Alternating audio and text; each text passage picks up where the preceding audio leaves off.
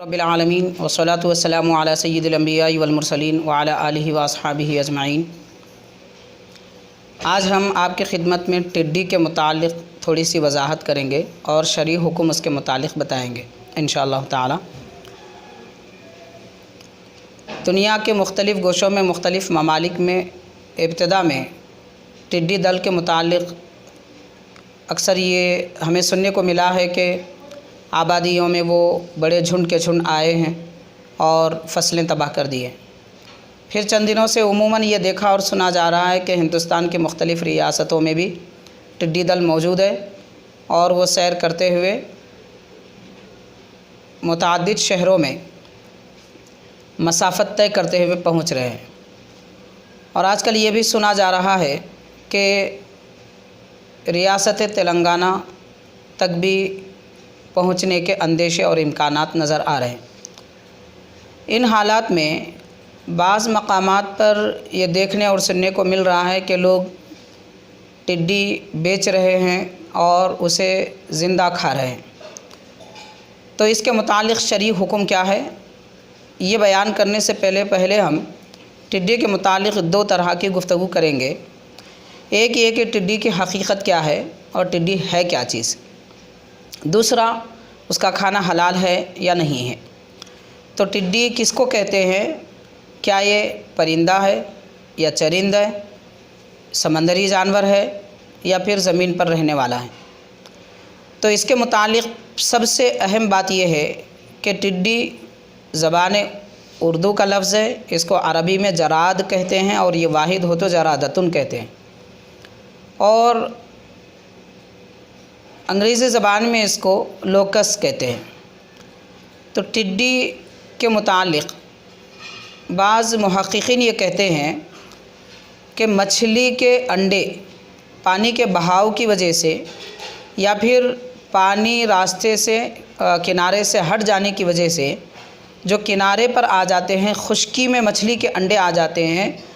ان انڈوں سے جو چیز پیدا ہوتی ہے اسے ٹڈی کہتے ہیں، اور انہیں پر بھی ہوتے ہیں، لمبے پر ہوتے ہیں، گھوڑے جیسا سر ہوتا ہے، اور بہت ساری 10 چیزیں اس کے متعلق بیان کی گئی کہ ٹڈی کے ایک کیڑے میں اور ایک چھوٹے سے پرندے میں 10 قسم کے جانوروں کی شکل پائی جاتی ہے، اس کے پاؤں گھوڑے جیسے وغیرہ تفصیلات ہیں۔ خیر ان تفصیلات میں ہمیں جانا نہیں ہے، مگر حضور نبی کریم صلی اللہ علیہ وسلم نے ارشاد فرمایا کہ ٹڈی دراصل مچھلی کی چھینک سے پیدا ہوتے ہیں، یعنی مچھلی چھینکنے کے بعد جو رطوبت پیدا نکلتی ہے وہ رطوبت کنارے پر رہ جاتی ہے یا پانی میں رہ جاتی ہے، اس سے ٹڈی پیدا ہو جاتی ہے۔ اور ٹڈی کے متعلق کہ اس کا کھانا حلال ہے یا نہیں ہے، تو تمام ائمہ اکرام کے پاس احادیث شریفہ کی روشنی میں تمام ائمہ دین کے پاس، امام اعظم امام شافعی، امام احمد بن حنبل، امام مالک رحمۃ اللہ علیہم کے پاس ٹڈی کا کھانا جائز ہے۔ لیکن ایک بات یاد رکھیں کہ اسلام میں کوئی بھی چرند پرند جانور وغیرہ زندہ کھانے کا تصور ہی نہیں ہے، یا تو اس کی موت کے بعد یا اسے ذبح کرنے کے بعد کھانے کی گنجائش ہے، اور انسانیت کا بھی تقاضا یہ ہے کہ ٹڈی کو یا کسی بھی جانور کو زندہ کھانا انسانیت کے خلاف ہے، یا تو اسے پکا کر یا تل بھن کر وغیرہ کر کے کھانے کی اجازت دی گئی ہے۔ البتہ امام مالک رحمۃ اللہ علیہ کے پاس ٹڈی اگر زندہ ہو تو اس کی گردن کاٹ کر کھانے کی اجازت دی گئی ہے۔ باقی ائمہ کے پاس ٹڈی اگر مر بھی جائے تو اسے کھانے کی اجازت ہے۔ ایک حدیث پاک ہے، ہم پہلے وہ سماعت کرتے ہیں۔ حضور نبی کریم صلی اللہ علیہ وسلم نے فرمایا، یہ حدیث شریف ابن ماجہ، دارقطنی، بیہقی، مستدرک حاکم اور مسند امام احمد میں موجود ہے۔ حضرت عبداللہ بن عمر رضی اللہ تعالیٰ عنہما سے روایت ہے، حضور نبی کریم صلی اللہ علیہ وسلم نے فرمایا، احلت لنا میتتان و دمان، یعنی ہمارے لیے 2 مردار اور 2 خون جائز کر دیے گئے ہیں، حلال کر دیے گئے ہیں۔ وہ 2 مری ہوئی چیزیں کیا ہیں؟ حضور نے فرمایا الحوت والجراد، یعنی مچھلی اور ٹڈی۔ اور وہ 2 خون تو بہتا خون یا جمع ہوا خون اسلام میں کھانا حرام ہے، لیکن 2 خون ایسے ہیں جو حیوان کے جسم میں جمع ہوتے ہیں، اسے کہتے ہیں کبد اور تحال یعنی کلیجی اور تلی، یہ دونوں کو کھانے کی اجازت دی گئی ہے۔ اس حدیث پاک کی روشنی میں ائمہ اربعہ یہ ارشاد فرماتے ہیں، 4 امام، کہ مچھلی اور ٹڈی اگر مردار بھی ہو تو کھا سکتے ہیں۔ اب یہاں ایک بات کی وضاحت یہ بھی کر لینی چاہیے کہ مچھلی اگر پانی میں خود مر جائے تو اسے کھانے کی اجازت نہیں ہے، البتہ مچھلی پانی سے نکل جائے یا پانی کے بہاؤ سے کنارے پہ پہنچ جائے یا شکار کر دی جائے پھر باہر نکلنے کے بعد مر جائے تو اسے ذبح کرنے کی ضرورت نہیں ہے دیگر جانوروں اور پرندوں کی طرح، بلکہ اسے کھایا جا سکتا ہے۔ ایسے ہی ٹڈی کا بھی حکم ہے۔ تو زندہ کھانے کا کوئی تصور نہیں ہے، یہ حیوانیت کی بات ہے، انسان اس کو ہرگز قبول نہیں کرتا، اور کچے کھانے کی بھی اجازت نہیں ہے، کیونکہ حضور پاک صلی اللہ علیہ وسلم نے یہ ارشاد فرمایا کہ تم نقصان دینے والی چیزوں سے بچو، اور اللہ تبارک و تعالیٰ نے بھی یہ ارشاد فرمایا کہ اے لوگو تم اپنے آپ کو ہلاکت میں مت ڈالو۔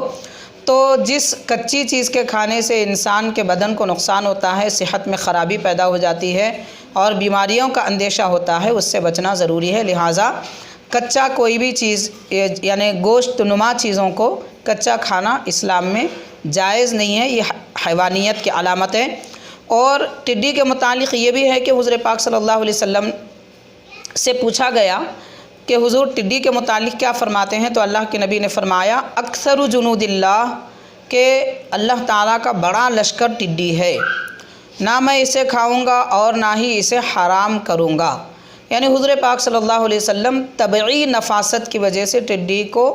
تناول نہیں فرمائے، اور یہ بھی فرمایا کہ میں حرام بھی نہیں کہوں گا اور کھاؤں گا بھی نہیں، لیکن اجازت عطا فرما دی کہ اگر کوئی کھانا چاہے تو کھا سکتا ہے۔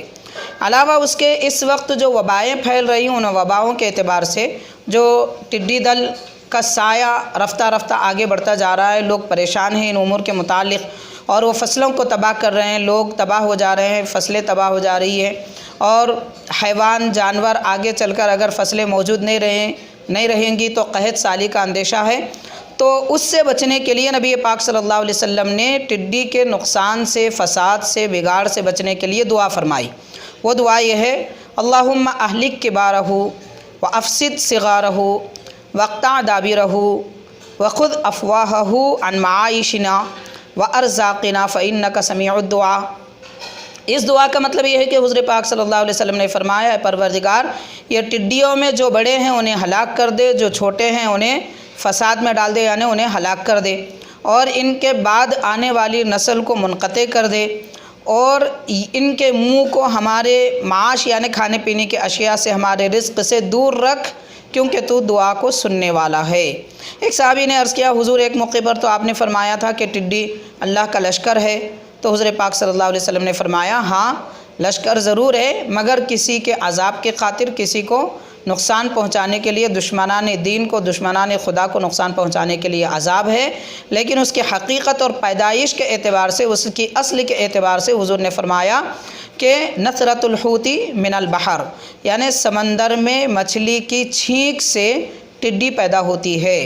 یعنی لشکر تو ہے اللہ تبارک و تعالیٰ کا، مگر اس کی بھی پیدائش ہوتی ہے۔ اگر قوم کو نقصان ہونے والا ہے تو اس کے حق میں یہ دعا حضور نے فرمائی ہے۔